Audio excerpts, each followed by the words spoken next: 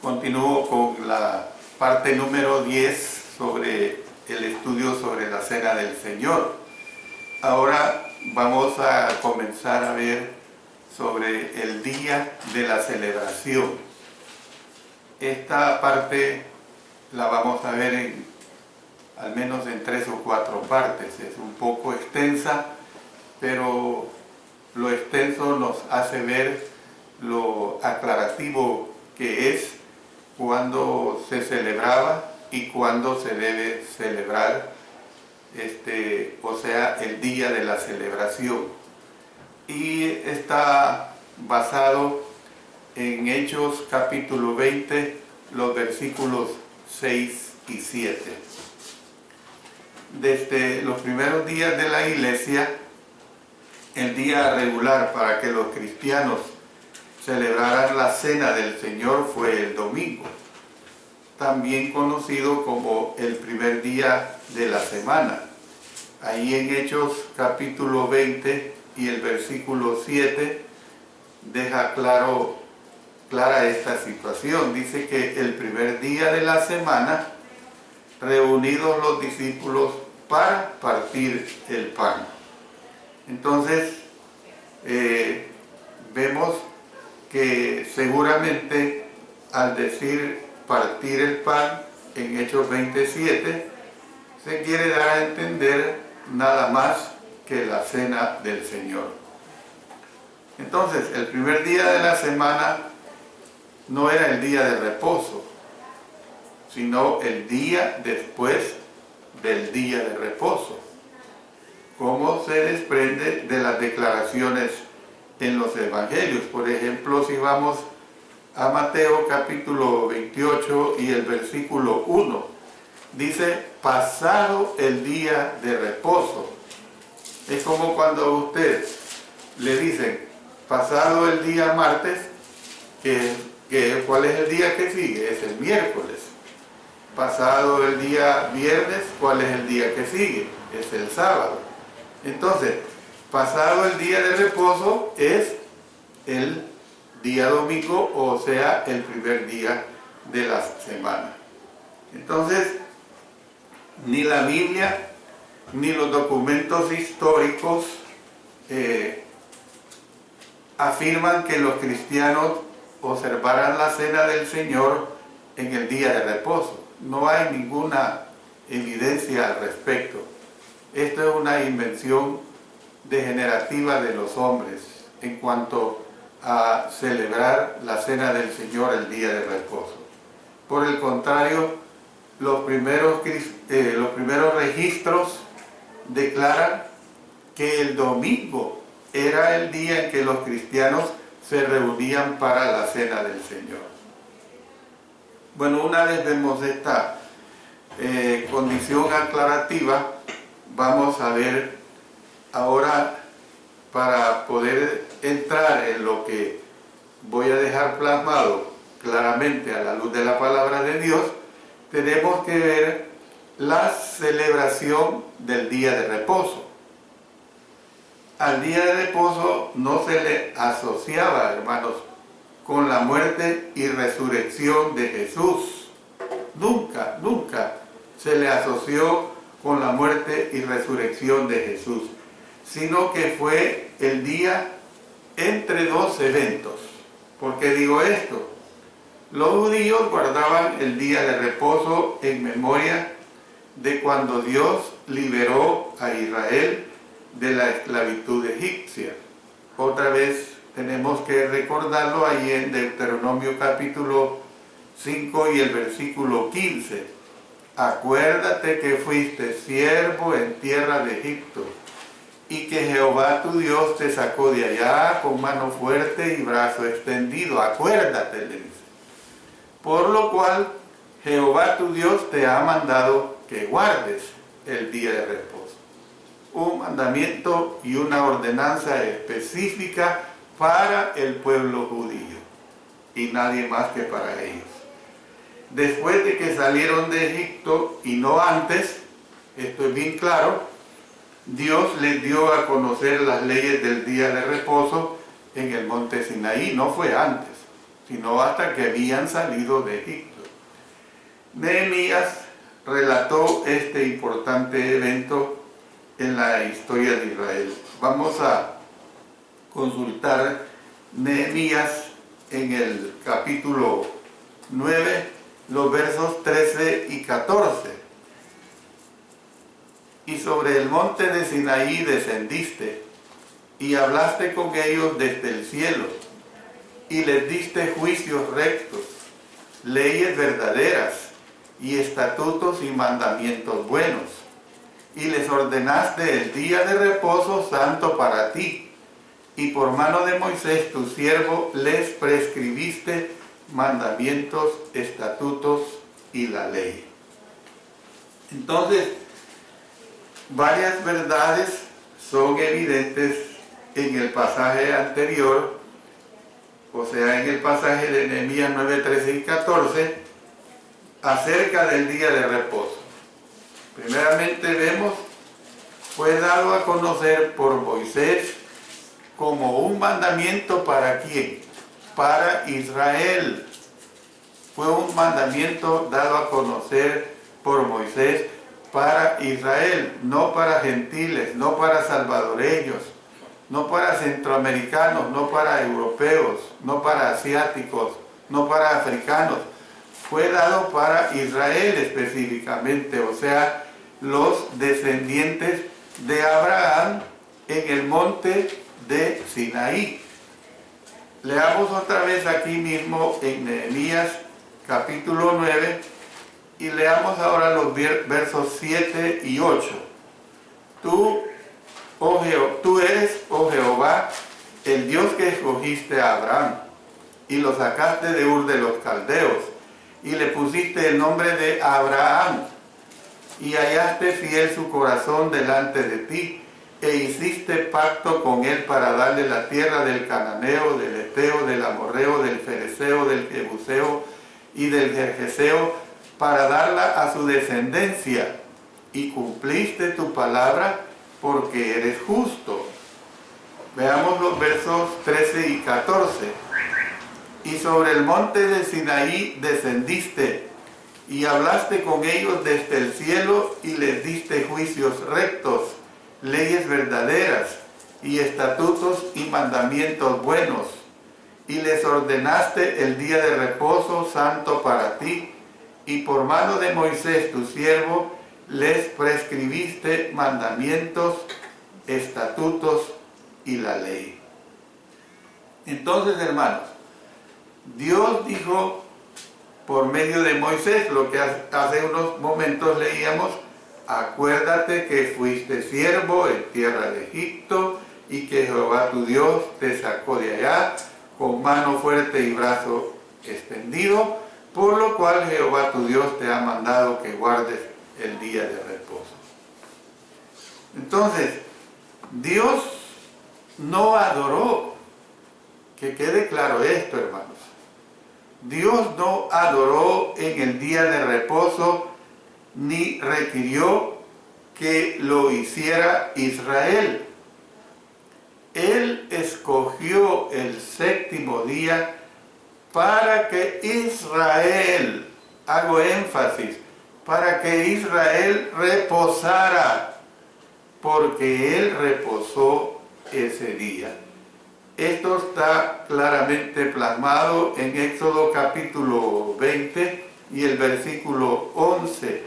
Dice, porque en 6 días hizo Jehová los cielos y la tierra, el mar y todas las cosas que en ellos hay, y reposó en el séptimo día.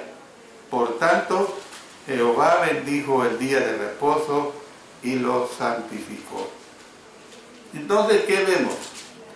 Que el día de reposo no era un día especial de oración en honor a haber creado los cielos y la tierra. No era para eso, hermanos. El pueblo había de obedecer los siguientes mandamientos en el día de reposo. Y yo voy a mencionarles por lo menos de 10 a 12 razones que el pueblo había de obedecer los siguientes mandamientos el día de reposo. Primero, no habían alejarse de su lugar. Una de estas declaraciones está apoyada bíblicamente. Segundo, habían de guardar el día de reposo por sus generaciones. ¿Generaciones de quién? De los israelitas, no del mundo entero. Este es el problema que hay con las personas que no ven el contexto de lo que se está enseñando y generalizan. En tercer lugar, tenían que saber que este día era una señal entre Dios e Israel. Entre Dios e Israel. Vamos a Éxodo capítulo 31. En Éxodo capítulo 31, el versículo 13. Mire, lo que aquí dice es tan claro que yo no puedo, hasta apenas me da la explicación. Dice, tú hablarás a los hijos de Israel, diciendo, en verdad vosotros guardaréis mis días de reposo, porque es señal entre mí y vosotros por vuestras generaciones. ¿De quiénes? De Israel, para que sepáis que yo soy Jehová, que os santifico. Ahí en el principio la primera frase es demasiado clara, hermanos. Tú hablarás a los hijos de Israel. Dice, tú hablarás a los hijos de El Salvador, de Guatemala, de Honduras, de Nicaragua, de Francia, de Alemania. No, era directo para los hijos de Israel. Y mire, menciono naciones para que se entienda todavía con más claridad. Cuarto, debía mantenerse el día santo haciendo cesar las labores. Ya hemos dicho que nadie podía trabajar. Miren lo que dice en Jeremías 17:24. Jeremías 17:24. No obstante, si vosotros me obedeciereis, dice Jehová, no metiendo carga por las puertas de esta ciudad en el día de reposo, sino que santificaréis el día de reposo, no haciendo en él ningún trabajo. Entonces, debía mantener el día de reposo haciendo cesar todas las labores. Quinto, no habían de profanarlo realizando labores físicas durante el mismo. Mire, vamos otra vez ahora vamos a consultar Éxodo capítulo 35, versículo 2. Éxodo capítulo 35, versículo 2.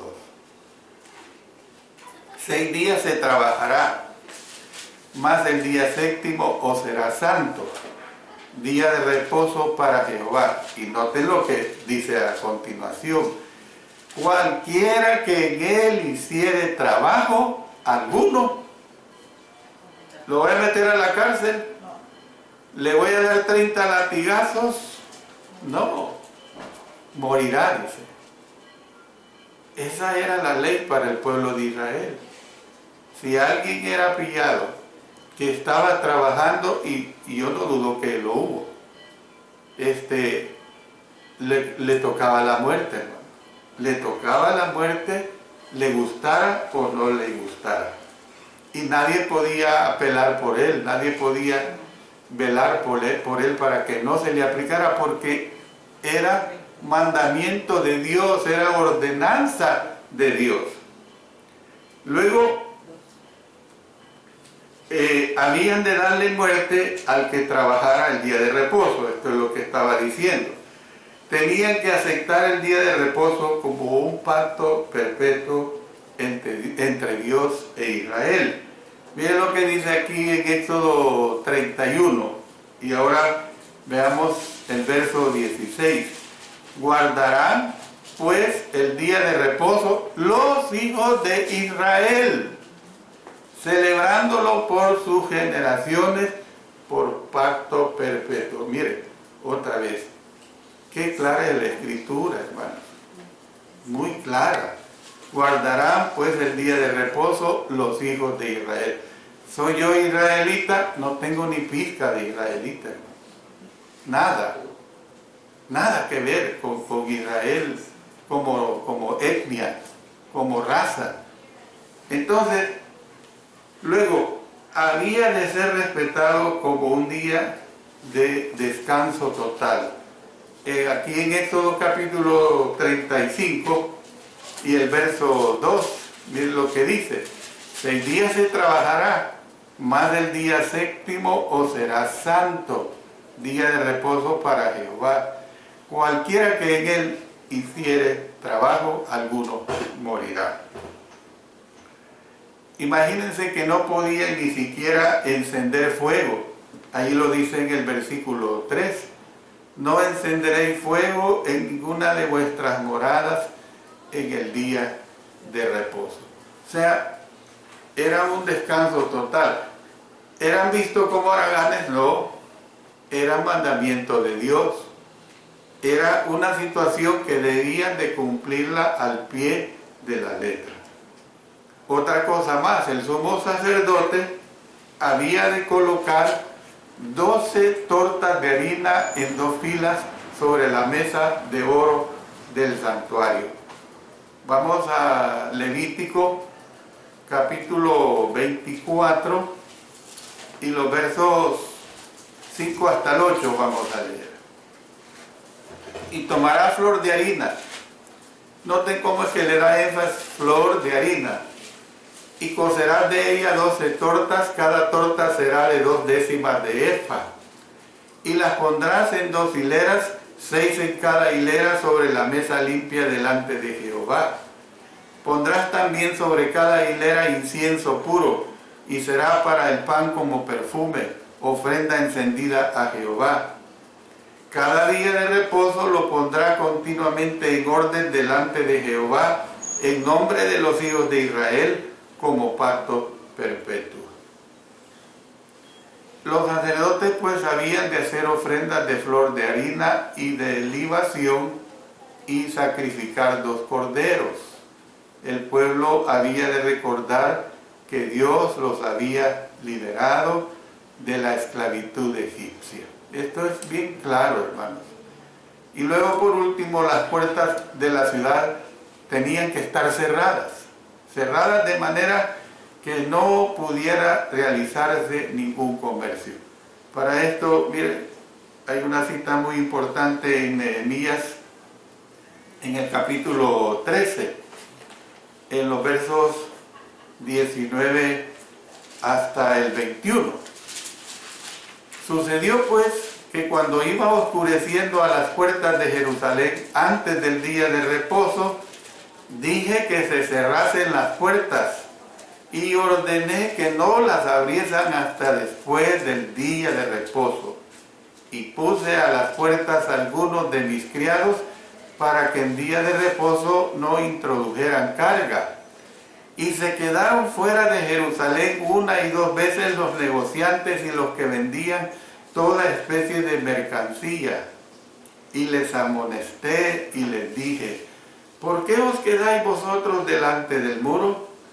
Si lo hacéis otra vez, os echaré mano. Desde entonces no vinieron el día de reposo. Lo que nosotros podemos ver aquí, que claro, una cosa es el respeto que tenía que haber al día de reposo. Eso es claro. Pero también Nehemías le hace una advertencia. Si ustedes vuelven a hacer eso, ustedes van a ser castigados, porque no tienen que buscar las proximidades del día de reposo para venir y que les cerremos las puertas, porque no pueden hacer obra alguna en el día de reposo. Estaba hablando a judíos y no eran ignorantes, pues. Es como que, voy a poner este ejemplo, como que si el salvadoreño que cumple los 18 años quiera ignorar que no debe tener DUI o sea, nuestro documento de identidad. No podemos ignorar eso. Un ciudadano salvadoreño, si no tiene su DUI, o sea, su documento único de identidad, no es nada. Yo recuerdo que hace todavía unos 15 años atrás, 20 años atrás, de tanto ir a transacciones bancarias, los cajeros, sin mostrarle la cédula de identidad, es lo que se llamaba antes nuestra identificación, cédula de identidad personal, con solo ver mi firma le daban paso, le decían firma reconocida. Eso era antes. Pero cuando entró la nueva ley del DUI, documento único de identidad, ya no se puede hacer eso. Si usted no muestra ese documento, no importa que hayan visto 200, 300 veces su firma, ya no vale firma reconocida. Tiene que mostrar su documento. Entonces, hermanos, ellos como israelitas, como judíos, no ignoraban que no tenían que entrar a la ciudad en el día de reposo porque las puertas se cerraban, ni podían salir. Era algo ridículo, absurdo pensar de que ellos eran ignorantes de esa situación. Bueno, con todas estas aclaraciones, ¿qué es lo que vemos? Que ningún pasaje del Antiguo Testamento, ni del Nuevo Testamento, por supuesto, afirma que algunos se reunieran periódicamente el día de reposo como día especial de adoración para celebrar la cena del Señor. Eso es invención puramente de los hombres. Los sabáticos que veneran el día sábado, eso no tiene ninguna base escritural. Por el contrario, era el día conmemorativo especial de Israel para descansar y recordar que por medio de su gran poder Dios los había liberado de la esclavitud de Egipto. Deuteronomio capítulo 5, versículo 15, llévelo muy grabado en su mente, hermano. Deuteronomio 5:15. Esta es la razón por la que Dios no dio a conocer el día de reposo mediante Moisés hasta después de haber salido de Israel y llegar al monte de Sinaí. Ya lo hemos leído en Nehemías capítulo 9, versos 13 y 14. Entonces, la pregunta es, ¿cómo podrían recordar ser liberados de Egipto antes de haber sido liberados? Es algo absurdo. Antes de que suceda algo el 28 de diciembre de este mes, usted no lo puede recordar, porque no ha pasado, usted no sabe lo que va a pasar. Los israelitas no podían recordar lo que no había dadose en ellos, sino hasta que fueron liberados. Debido a que la mayoría de los cristianos no tenemos antepasados israelitas, hermanos, la liberación de la esclavitud de Egipto no significa nada para nosotros. Es decir, en el sentido de guardarlo como tenían que guardarlo el pueblo judío. El día especial para los cristianos es el domingo, o sea, el primer día de la semana. Es cuando hemos de reunirnos y así recordar nuestra liberación del pecado y de nuestra entrada en la nueva vida espiritual mediante la muerte y la resurrección de Jesús y recordando precisamente su segunda venida. En vista de que el pacto del día de reposo dado por Dios incluía solamente a Israel, vamos otra vez a Éxodo capítulo 31 y vamos a leer los versos 13 y 16. tú hablarás a los hijos de Israel, diciendo, en verdad vosotros, israelitas, pues, guardaréis mis días de reposo, porque es señal entre mí y vosotros, por vuestras generaciones israelitas, para que sepáis que yo soy Jehová, que os santifico. Guardarán, pues, verso 16, el día de reposo los hijos de Israel, celebrándolo por sus generaciones, por pacto perpetuo. A mí me da no sé qué cuando veo documentales de gente que va a Israel y que se aplican todas esas situaciones de estas que estamos tratando ahorita mismo, antiguo testamentarias específicamente para el pueblo de Israel, que se colocan dentro de este montón, se colocan dentro de como que ellos fueran israelitas. Realmente todo eso es porque la gente es perezosa, no estudia, no escudriña la palabra de nuestro Dios. Entonces, pues, en vista de que el pacto del día de reposo dado por Dios incluía solamente a Israel, no debemos permitir que otros nos juzguen en cuanto a la celebración del día de reposo. Noten lo que dice en Colosenses capítulo 2 y el versículo 16. Por tanto, nadie os juzgue en comida o en bebida, o en cuanto a días de fiesta, luna nueva o días de reposo. Todo lo cual es sombra de lo que ha de venir, pero el cuerpo es de Cristo.